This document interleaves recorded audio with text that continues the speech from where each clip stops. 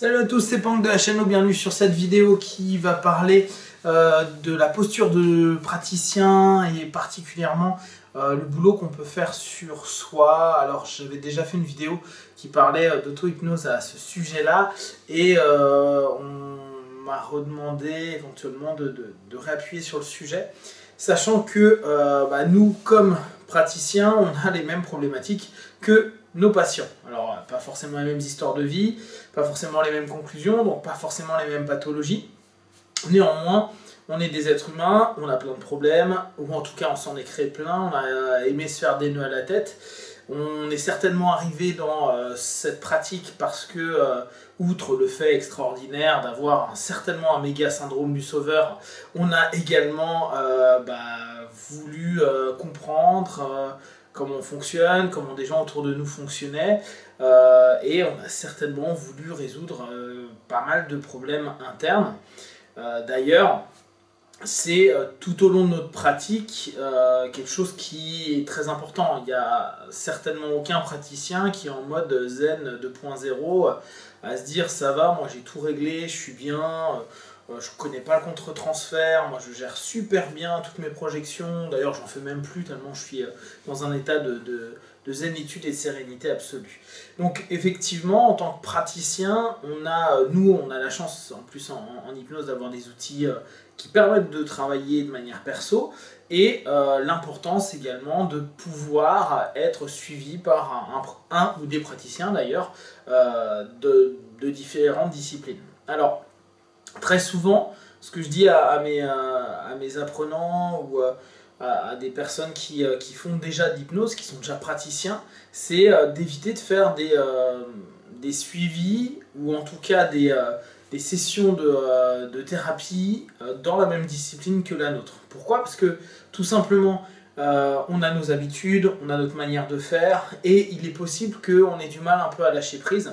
à ce moment-là, surtout si nous on est hypno, on a une manière de travailler, qu'on va voir un autre hypno qui ne travaille pas du tout comme nous, et qui au bout du compte peut-être va nous stresser, ou il y a des sémantiques qui vont nous gêner, et puis nous on a nos croyances derrière qui peuvent limiter pas mal de choses. Donc potentiellement s'ouvrir à d'autres pratiques, sachant qu'il y en a plein, ça peut être très bien de l'analyse. Alors vous me direz,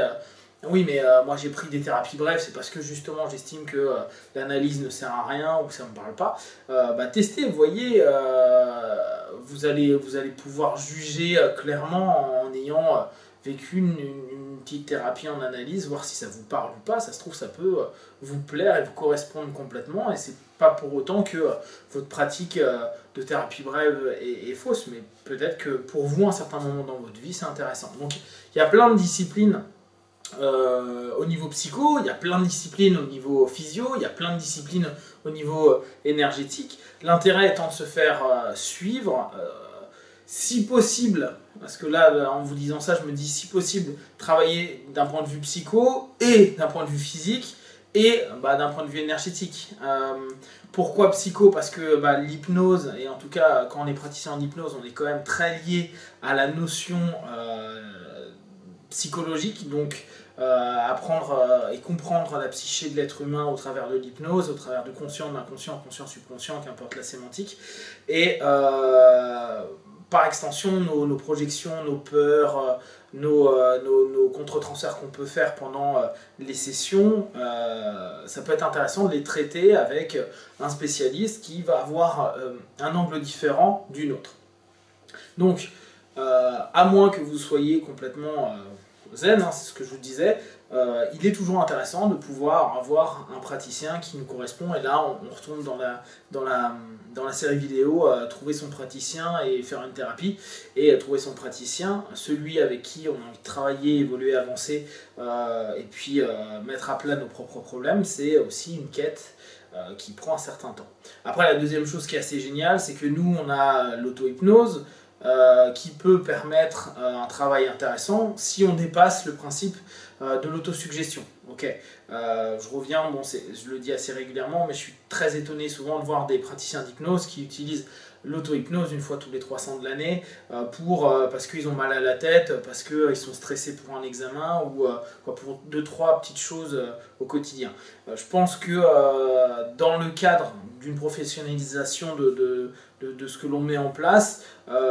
une auto-analyse, une hypno-analyse quotidienne au travers du travail de l'auto-hypnose, où on va dire tous les 2-3 jours, quelque chose d'important, parce que déjà ça nous permet de reprendre ce qu'on a pu voir au travers de nos partenaires qui sont venus en session, se dire quelle était notre posture, comment, qu'est-ce qu'on a ressenti, qu'est-ce qu'on a vécu, qu'est-ce que ça a déclenché, qu'est-ce que ça a rappelé, comment, qu'est-ce que ça a fait à l'intérieur de nous, depuis quand, est-ce que quand votre partenaire s'est mis à pleurer, vous aviez envie de pleurer, c'était sur quel sujet, comment, pourquoi, est-ce que vous avez une colère quand il vous a parlé d'injustice à un moment donné, est-ce que ça vous parle, est-ce que au contraire vous étiez complètement plongé dans l'émotion de l'autre à tel point que vous ne saviez plus si c'était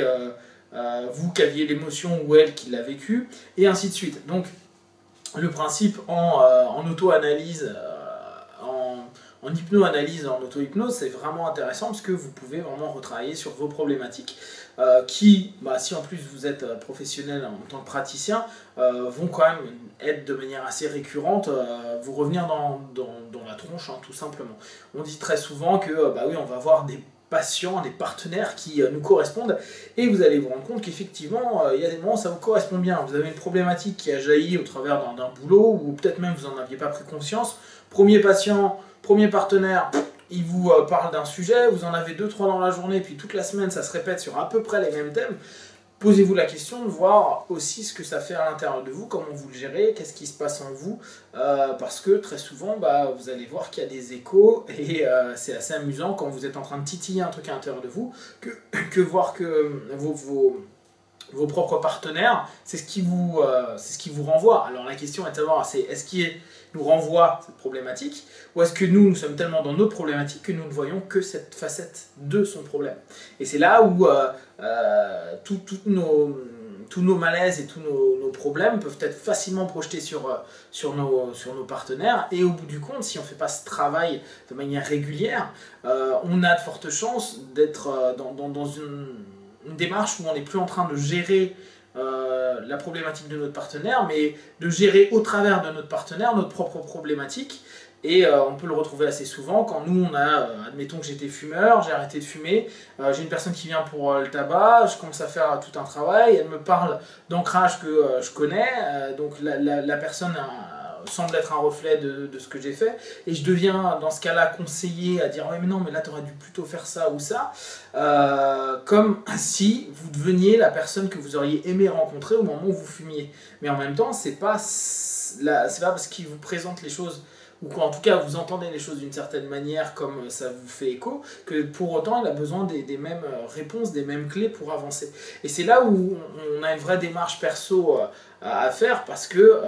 très souvent, vu qu'on est dans notre projection de ce qui est bon, ce qui est juste, nos métaphores, si on travaille en métaphorique, vont être orientées plus pour se soigner soi, parce qu'on va se dire c'est ce que moi j'aurais aimé entendre. Pareil pour nos suggestions, ça va être des suggestions qui vont répondre à notre problématique, sans forcément, à ce moment-là, si on n'a pas réussi à dissocier réellement sa problématique de la nôtre, ou qu'on ne se rend même pas compte qu'on est en plein dans notre problématique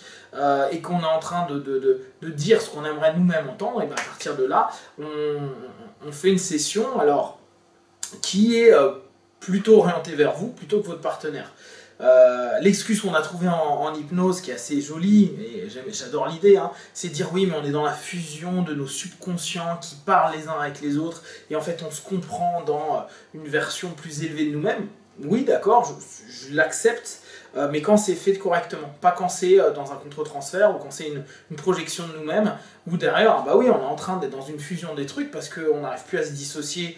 du pathos du partenaire, d'une autre, de ce que ça éveille en nous et de ce que ça éveille en lui, donc on ne sait plus si on se parle à soi ou à l'autre, et là on risque d'avoir des petites problématiques. Donc le travail qu'on a à faire en perso sur soi, il est important, il est quotidien, il faut que j'arrête d'être excessif, mais il est régulier, on va dire plusieurs fois par semaine, ou deux fois par semaine, c'est déjà bien, et vous reposez les questions. Alors vous pouvez le faire aussi en auto-analyse pure, vous grattez, vous avez fait votre session, vous grattez après sur ce que vous avez ressenti, comment, pourquoi, etc. etc. Et vous allez vous rendre compte qu'il y a beaucoup de vos problèmes qui vont ressurgir, et des choses que vous aviez eu l'impression d'avoir gérées, ça se trouve, boum, à un moment vous allez vous taper un impact émotionnel quand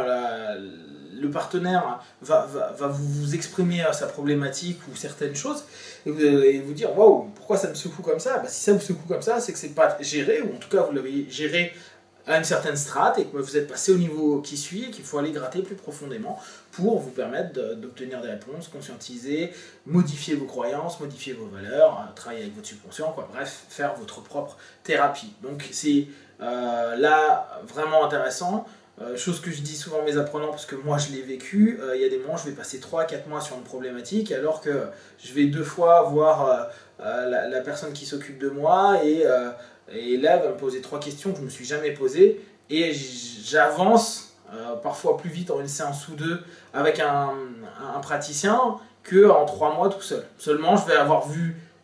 beaucoup d'aspects de la problématique sur les 3 mois, sans forcément avoir capté le cœur du problème, et la vie extérieure va faire ouais, bah ouais, bien sûr, tac, et tout va se remettre comme un Tetris, puis où ça va commencer à virer certaines choses, ou en tout cas, si on ne les vire pas, prendre conscience qu'elles sont là et pouvoir travailler, les modifier, évoluer là-dessus. Voilà, donc si vous avez d'autres questions, si vous avez des partages à faire, faites-le, dites-le moi, faites-le au travers de YouTube, de Facebook. C'est toujours un plaisir de vous lire. Si vous avez bien sûr des questions, vous me faites savoir. Comme d'habitude, prenez ce qui est bon pour vous, rejetez ce qui ne l'est pas. Tout ce qui est proposé dans ces vidéos, c'est vraiment à but de partage. Donc vous prenez simplement ce qui est bon pour vous. Devenez qui vous êtes, c'est vraiment le plus important pour vous, pour les gens que vous aimez. Et continuez à vous développer, à apprendre et à partager. Be One, à très vite, ciao!